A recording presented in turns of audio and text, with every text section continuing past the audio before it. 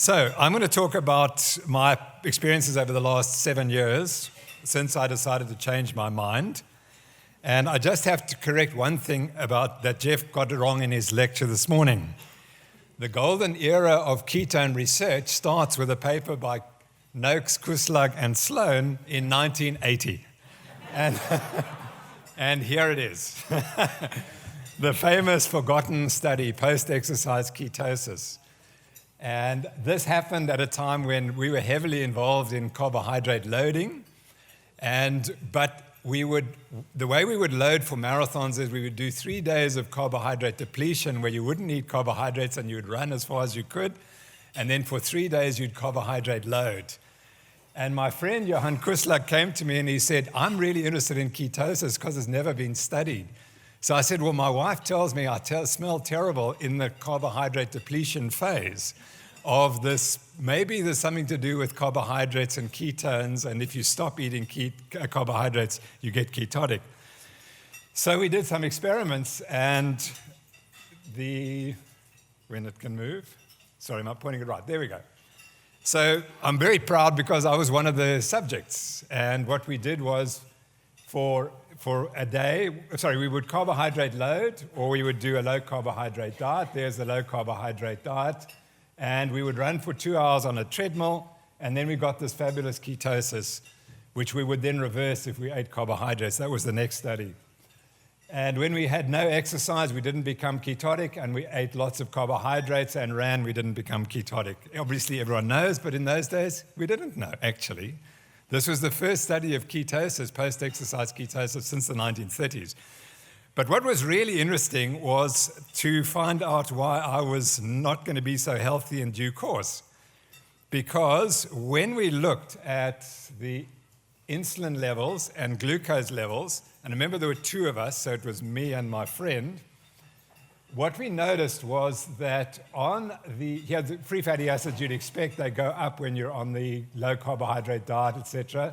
But look at this glucose response. On the high carbohydrate diet, we showed an abnormal response, which no one noticed that. But glucose shouldn't shoot up like that on a high carbohydrate diet. On the low carbohydrate diet, it was bad for the first hour, but then it improved. But look at the insulins. This is on the low carbohydrate, the insulin is reasonably low. When we didn't do any exercise, look at it. This person is profoundly insulin resistant. And we didn't know what it was. So I was profoundly insulin resistant at the age of 28, despite being lean and running marathons and running 140 kilometers a week, about 70, 80 miles a week. I was profoundly insulin resistant. Look at this. After a day of no exercise and no food, we didn't eat that day. Look at this. My insulin's still way too high. Today it's much lower because I don't eat carbohydrates. So I was destined to develop type 2 diabetes. But no one knew and no one picked it up. So I use that as a good example. And one thing, if you want to do research, people need to watch the glucose response to exercise in people who are insulin resistant. I think that's an early detector for insulin resistance, is you should monitor always glucose after the end of a maximum test, exercise test. It should be normal. If it's not, I suspect you're going to have some insulin resistance. Just a hypothesis. So what happened next to me? So Tim Noakes and friend have insulin resistance, hyperinsulinemia, despite youth and marathon training. It improved on the high-fat diet. They must develop type 2 diabetes with time if they continue eating a high-carbohydrate diet. So I continued to eat the high-carbohydrate diet for 33 years, and the consequence was obvious. So now we just go a little bit forward. And next year, this is a picture I graduated with a doctorate in medicine, and here's my mother and my father. My father's just been diagnosed with type 2 diabetes. And he's put on the high carbohydrate diet, and 10 years later, he's dead from the disease. And I watched him die, and there's nothing worse than dying from type 2 diabetes. He had strokes when he died. He could not speak to me. He lost both his legs. And this was a wonderful, wonderful man, a very powerful, charismatic person, an absolutely icon in my country. And I couldn't help him. And so I carry that burden that I could not help him. And much of what I do is because I'm inspired by what he gave to me and the fact that I couldn't pay back to him. So now it turns out that I discovered I've got type 2 diabetes about 7 years ago, and I realized I've got 10 years. 10 years, or else I'm going to be his position. And now, 7 years down the line, I'm glad to report that my diabetes is in remission or in reversal, whatever you choose. And so I've been able to do it. It took me 7 years of a very low carbohydrate diet to do it. But I'm thankful to those people who put me on the right path. And the people who put me on the right path were these guys, Eric Westman, Steve Finney, and Jeff Olick. And the story is, one day, the day I sent off Waterlog to be published and sent it to the editors, I hadn't been running much, and my brain told me, you must get up tomorrow morning and you must run and you must not stop running for the rest of your life. So I got up and I ran, and I had a terrible run. And we got a tiny little hill outside my house, and when I reached the top of the hill, which is tiny, I thought I was on top of summit of Mount Everest. I felt so terrible. So I went back and I opened my emails, and there was an advert for this book.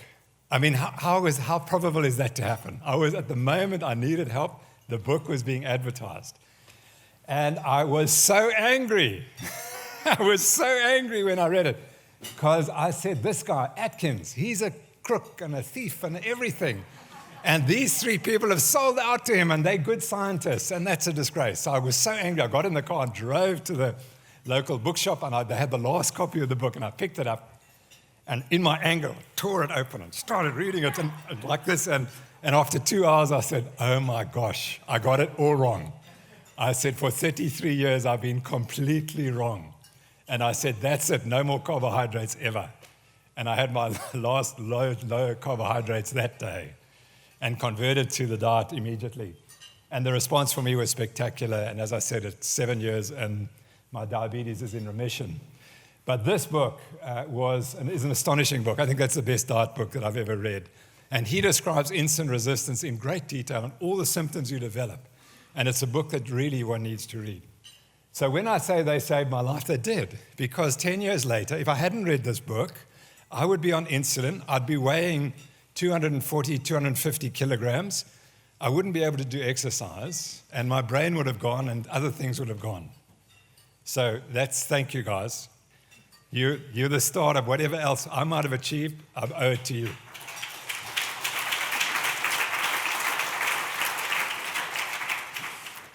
So anyway, I changed my diet, and I knew there'd be a backlash. And this book is the second edition of this book. And in the interim, the first edition didn't do so well. So they said, why don't you spice it up a bit? So I said, yeah, okay, I'll write about the diet, you see. So here it has how a low-carbohydrate, high-protein diet will improve your life. That was the addition to the book. And immediately, it opened up a can of worms, and the cardiologist went for me immediately because I said, maybe statins aren't such a good idea. So they targeted me first. And then I wrote this article because people were writing to me, and they were saying, Prof, my diabetes is in remission or whatever. And I took 127 of the stories and I analyzed them. And I said, listen, this is just anecdotes, but they're important. I had 4 people describe they'd reversed their type 2 diabetes. This is 2013. And I thought, my gosh, that's really important. Won't my profession love it to be told that you can reverse type 2 diabetes? And there was one person lost 260 pounds in 7 months. Just by changing this diet. The first week he lost 3 kilograms. One week he lost 12 pounds in 1 week. I mean, I don't know how it happened. Anyway, and I thought they would love it. Do you know what? My university tried to get this paper retracted because I didn't have ethical approval to write these things about these people, because I didn't ask each of them for ethical permission to include their information. And I never said it was hard science. I said a randomized controlled clinical trial is urgently required to disprove the hypothesis that the LCHF eating plan can reverse cases of type 2 diabetes, metabolic syndrome, and hypertension without pharmacotherapy. And now, fortunately, we heard the Verte Health study. But that's all I was saying. And they wanted to stop the article. The next thing we did was we wrote this book. And this is a really interesting study because this guy is a long-distance runner. And he and a friend were running the length of the wall of China. And they got into Mongolia and they ran out of food. And they were really struggling. And they spoke to the Mongolians, and the Mongolians said, only one way you're going to finish this, you eat pork fat. That's all. Pork fat from now till the end, and you'll be fine. So they ate pork fat, and everything was fantastic. So they came back, and they said, we should write a book to promote the real foods, a high-fat diet for athletes.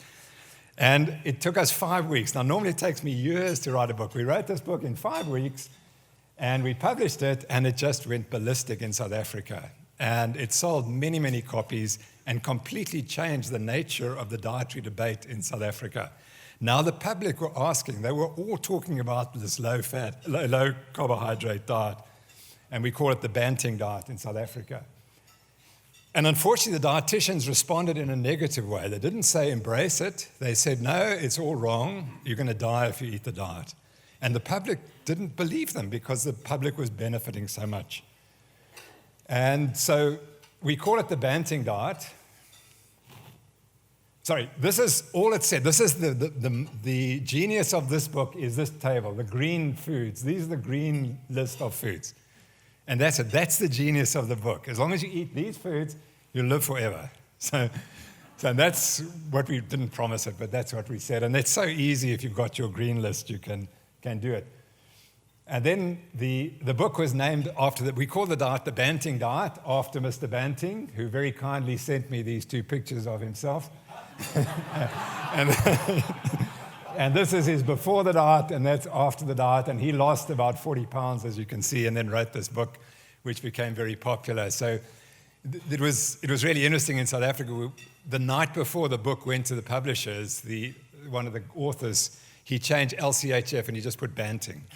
And that really gave it legs because the Banting name now meant something. And if you talk in South Africa, we don't talk LCHF, it's the Banting diet. Okay, so now what happens? So what happens is I now go and speak to Parliament. And there's a picture of me handing the real meal revolution to the Speaker of Parliament. And my university thinks this is the worst thing that's ever happened to the university in its history, in its 100-year history, to have Noakes promoting a diet to the Parliament. And the 4 professors decide to write this letter, and they send it to the Cape Times. So I wake up one morning warned that this letter is going to appear in the Cape Times, which is our major newspaper in the Cape Town, on the Monday morning. And this is what it says. This has never happened before in the history of my university. It is therefore a serious concern that Professor Timothy Noakes, a colleague respected for his research in sports science, is aggressively promoting the diet as a revolution. I'm not promoting the diet. I wrote a book. The South Africans promoted the book for me. I did not need to promote it. Making outrageous, unproven claims about disease prevention. I did not make any claims. All I said was these people reported that they'd reversed their type 2 diabetes or their hypertension on the diet. I made no claim. I said what they said. Maligning the integrity and credibility of peers who criticize his diet for being evidence deficient and not conforming to the tenets of good and responsible science. I never said that. They were talking like that about me. I never once criticized a colleague publicly for that. And then this goes against the University of Cape Town's commitment to academic freedom as a prerequisite to fostering responsible and respectful intellectual debate and free inquiry. Now, that is George Orwellian speech. Yeah, I don't need to explain what I mean. They were shutting down freedom of speech. And it got worse. So, the UCD's Faculty of Health Sciences, a leading research institute in Africa, has a reputation for research excellence to uphold, which I'd contributed to that, by the way. Above all, our research must be socially responsible. We have therefore taken the unusual step of distancing ourselves from the proponents of this diet. Now, that has never happened to anyone at that university in its long history. So why would they choose me? Now, I didn't understand at the time that this is called mobbing, academic mobbing. And this article describes academic mobbing, which is a horrendous event. This lady committed suicide with her husband when she was mobbed. She's from a Canadian university. She could not take it, the pressure of mobbing. I could take it because I was no longer in the university, I was retired. But this is how they describe mobbing. And this is what it feels like if you ever mobbed. An impassioned collective campaign by co-workers to exclude, punish, and humiliate a targeted worker, initiated most often by a person in position of power, of influence. It was started by my dean of the Faculty of Medicine. Mobbing is a desperate urge to crush and eliminate the target. The urge travels through the workplace like a virus, infecting one person after another. The target comes to be viewed as absolutely abhorrent with no redeeming qualities, outside the circle of acceptance and respectability, deserving only of contempt. As the campaign proceeds, a steadily larger range of hostile ploys and communications comes to be seen as legitimate. And that's what happened to me. Anything they did after that was justified. Didn't matter how humiliating it was, whatever they did. And you know, it's a frightening book when you read it, article when you read it, but to be exposed to this is terrible. And the worst thing is the people who are closest to you have to prove to the mob that they have distanced themselves most from you. So the people I'd helped the most were the ones who were the most horrid to me. Yeah. And just think of that. I survived because of my wife. And what the target of the mobbing is firstly, they isolate you. I was isolated completely from my university and my faculty, including the Sports Science Institute, which I'd helped build, because they didn't support me either.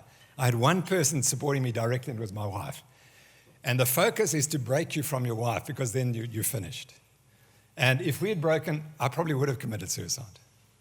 You know, but we were too strong for them. And she's the reason that I survived. And we fought it. We decided we're going to fight this thing, whatever happens. And we're going to come out on top in the end. And fortunately, that's what happened. So then what happened was I get charged for unprofessional conduct. And in the middle of my testimony, this is what the newspaper said. So I said, Twitter has great value, etc., in science. So it all circulates on my Twitter account. And so if you don't follow me, you might want to know, why do I use Twitter? And why do I think it's such an important social media? And firstly, I use it for information sharing. It is the easiest and best way to share information. My own personal education, I probably photocopy or print out 3 or 5 new articles a day from what I pick up. And it's overwhelming, all the information.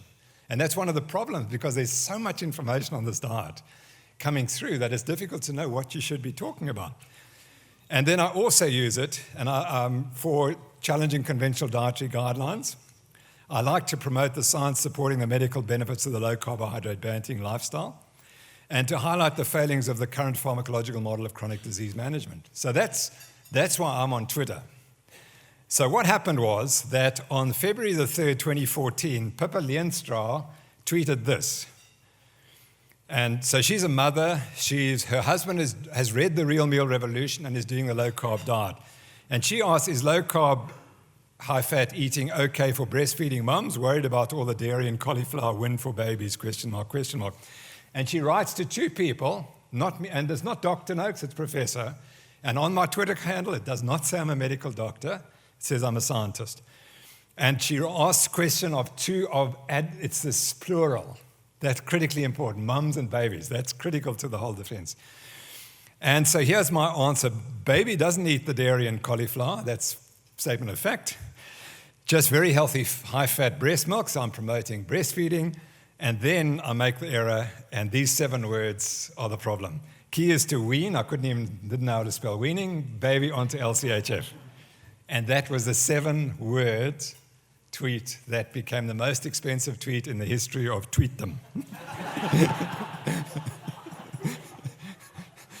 So within 9 hours, this lady, who happens to be the head of the Association for Dietitians in South Africa, complains to the Health Professional Council. So I'm registered with the Health Professional Council because I'm a doctor.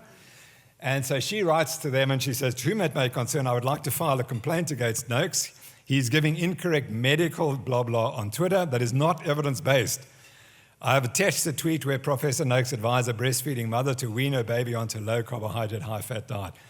I urge the HPCSA to please take urgent actions against this type of misconduct, as Professor Noakes is a celebrity and the public doesn't have the knowledge to understand that the information he is advocating is not evidence-based.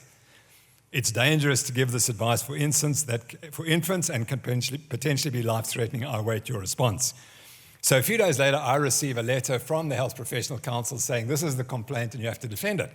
So I laughed because she didn't give any evidence. There's no evidence here about what I said was dangerous. Where's the evidence? You can't make a charge without providing evidence. And I wrote a long letter, and I thought it would be the end of it. But then I began to realize things were taking off behind the scenes. So eventually, I get charged. And this is the charge, the biomedical ethical issue. I acted disgracefully because I abused the doctor-patient relationship by offering medical advice on social media to a patient and her infant without first examining the healthy infant. So that's the charge.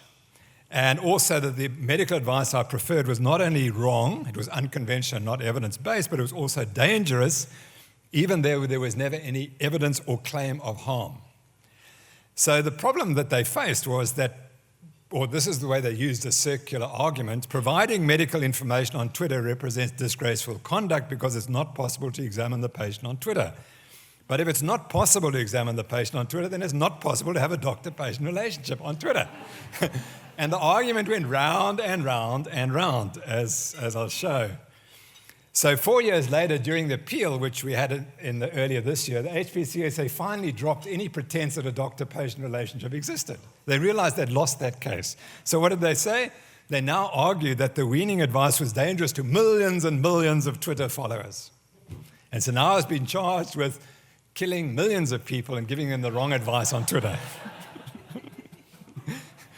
So what next happens is so when you're charged, it goes to a preliminary committee, and these geniuses were the guys who were going to decide whether they should charge me or not. Now, what they're meant to do is that they collect the information, and then they've got all this information, they send it to me, I respond, and then they call me, and I must present to them. I was never given that, and that is the South African Constitution says that has to happen. This lady is the head of ethics at one of the major South African universities. She broke all ethical rules for a number of things that she did. But she did not give me the right to hear the charge that made against me, which is against the Constitution of South Africa. And then they started, this guy, who I've known since I was this high, he decides he's going to make sure I get charged and he's going to sort out all the expert witnesses. Now, that's not his job. He must just decide whether to charge me or not. So anyway, the question was, what did they know about Twitter? And the answer was nothing. None of them had ever had any interest in Twitter. And so so anyway, they then decided on the basis of me not being allowed to defend myself that they were going to charge me, and the charge went forward. So here are the problems that they faced. The first one is I answered a we question. And the thing about a we question is, which means I was providing general medical information and not medical advice. I was just giving medical information. For example, medical information, if you got up and asked me, Professor Noakes, is it right for runners to stretch before they go training in the mornings? That's medical information. It's not medical advice. If I lost the case, none of you would ever be able to answer that question in public again, because you would be giving so-called medical advice, not medical information, and you'd have to examine every patient before you gave that advice. Yeah. And hence, there could not be a doctor-patient relationship. There was no doctor-patient relationship. We proved that in many ways. So here was the opinion of a South African who was president of the South African Medical Association. He made a very, very obvious point. Today, all medical advice outlets are ubiquitous all across the globe by both print and electronic media, but it's never been suggested that Dr. Oz has a doctor-patient relationship with his viewers. Etc. Now, see, if I'd lost the case, poor old Dr. Oz could not appear anymore, technically, at least in South Africa. And you would not be able to give a public lecture, and you wouldn't be able to write a book, because that would be giving medical advice. And the only way you could do it, you have to examine everyone who reads your book, and then you can give them the advice. So why was I treated differently? And is it to set an historical precedent? And I don't know. All I can tell you is that industry was strongly involved in the case against me. And you can probably guess which industries they were. So there was no doctor preparation. The information I provided is entirely compatible with the South African and international guidelines for complementary feeding, weaning of children. This is astonishing. What I said was absolutely gold standard right advice. So let's look at that. Here's complementary feeding, a critical window. This is in the South African Medical Journal, written by all the top experts in South Africa. And what do they say? Provide a variety of foods. Meat, poultry, fish, and eggs should be eaten daily or as often as possible. That's what I said. So then we go on. The Association for Dietitians of South Africa, which was also part of the charge against me. What are their guidelines? Foods from animals should be eaten daily or as often as possible to meet protein and iron needs. Okay, so, and then the best was this lady, because she was the expert witness for the prosecution. They used all her evidence to charge me. And the best moment, I'm going to introduce Rocky Ramdas to you in a second or two. And so when she came to give the expert witness, by the way, Rocky, well, I'll show you now, but we just had such a fabulous relationship. He once cross-examined me, and I was in 5 minutes, I couldn't speak anymore. But she came up, and so he asked her, so Professor Forster, what's your training? Now I have a BSc in home economics and a PhD in physiology. So what does that qualify you as a dietitian? Have you ever treated anyone for dietetic? No. Etc. It got worse than that because she also gave evidence on ethics. So he said, what training do you have? Ethics? Nothing. Have you ever researched a low-carbohydrate diet? No. Have you ever prescribed a diet for anyone? No. So then he said, well, what are you doing here then? That was the first 5 minutes. And she'd never been cross-examined in her life by any student or anyone. And she said things to me afterwards which I can't even repeat. So what does she say? From 6 months of age, give your child meat, chicken, fish, or eggs every day or as often as possible. So she didn't know what her guidelines were either. Okay, so there we go. There's Professor Forster. And this is our guidelines. Meat, poultry, game, all eggs, and offal, all seafood, and they're all the vegetables. That's it. That's the Real Meal Revolution diet for weaning of children.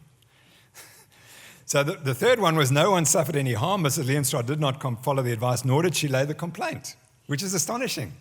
The first time someone is charged and the person who lays the complaint doesn't suffer harm and isn't present.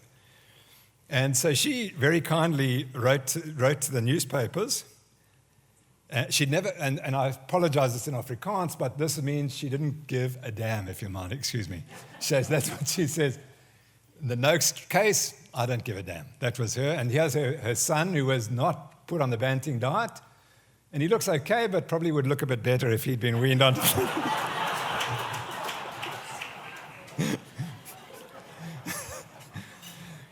And in the end, we proved that the complaint was laid as part of a collusion between ADSA and the Health Professional Council with the purpose of silencing me, that is denying me my constitutional right of freedom of speech, because before I'd even sent the tweet, the head of ADSA was talking to the Health Professional Council to try to shut me up.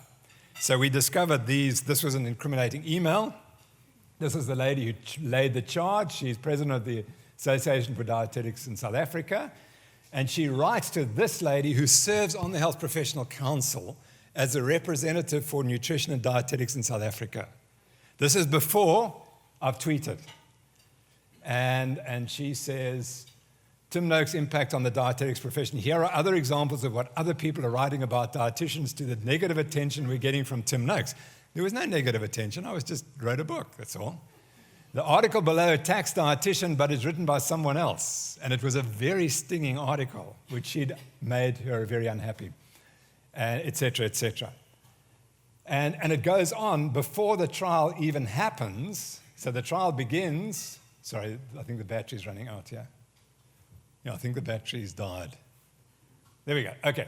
So this is now a year before the trial starts. A year before the trial starts, she writes, we've had a meeting with the senior legal person at the HPCSA, and he says we've got a plan for Dr. Noakes. This is a year before the trial begins. So that was the collusion. And then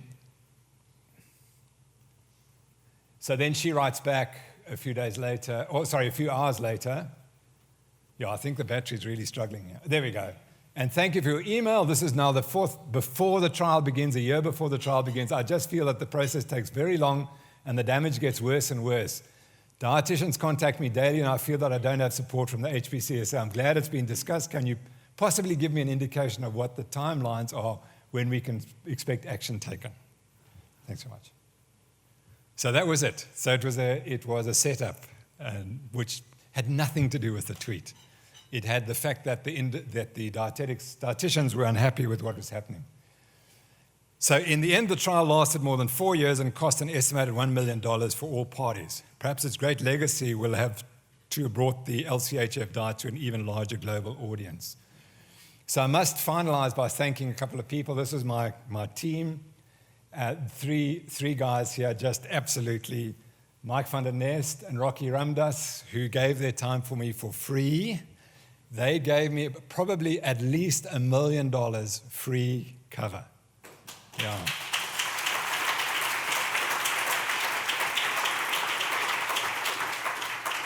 And they're two of the most eloquent, the best lawyers in South Africa. And Mike phoned me and he said, Tim, it's a witch hunt. I'm going to defend you. And Rocky, I'll show you in a second. So here's Rocky and myself. And we had 4 great years together. And we're now brothers. And here we are sitting at the trial. And we would present the evidence. And we'd been through it. And, you know, he literally read the transcripts, I think 5 times. He was just a meticulous man. And I can't thank him enough. And he's a Hindu, and this is a verdict definition of a man of God, softer than the flower where kindness is concerned, and you could see the kindness in his face, stronger than the thunder where principles are at stake. And that was it. He nailed those. The poor old prosecution witnesses got nailed. Now, why is he called Rocky? Well, there's a guy called Rocky Balboa, you may remember. And Rocky was one of the anti-apartheid activists in South Africa. And in the 1980s, he led a lot of the anti-apartheid activism at his university. And so we always had this little card just to remind us. From Rocky, let me tell you something you already know. The world ain't all sunshine and rainbows. It's a very mean and nasty place. And I don't care how tough you are, it will beat you to your knees and keep you there permanently if you let it. You, me, or nobody is going to hit as hard as life. But it ain't about how hard you hit, it's about how hard you can get hit and keep moving forward. How much you can take and keep moving forward. That's how winning is done. And that was our relationship. And he also taught me much about the Hindu religion. And if I'm born again, I want to be born a Hindu. And he told me about Ganesh. And Ganesh is the god of removing obstructions. And we would pray to Ganesh every day at the start of the trial to remove the obstructions for that day. And then the famous group came, Nina Teicholz, whom you'll know, who's right here in the front. These were my 3 expert witnesses. Sorry, can we get back? Sorry, something's happened now. I've obviously pressed. There we go. So I had 3 expert witnesses. I gave 9 days testimony. Nina Teicholz gave a day's testimony. She was so good that the prosecutor couldn't cross-examine her. He was completely floored.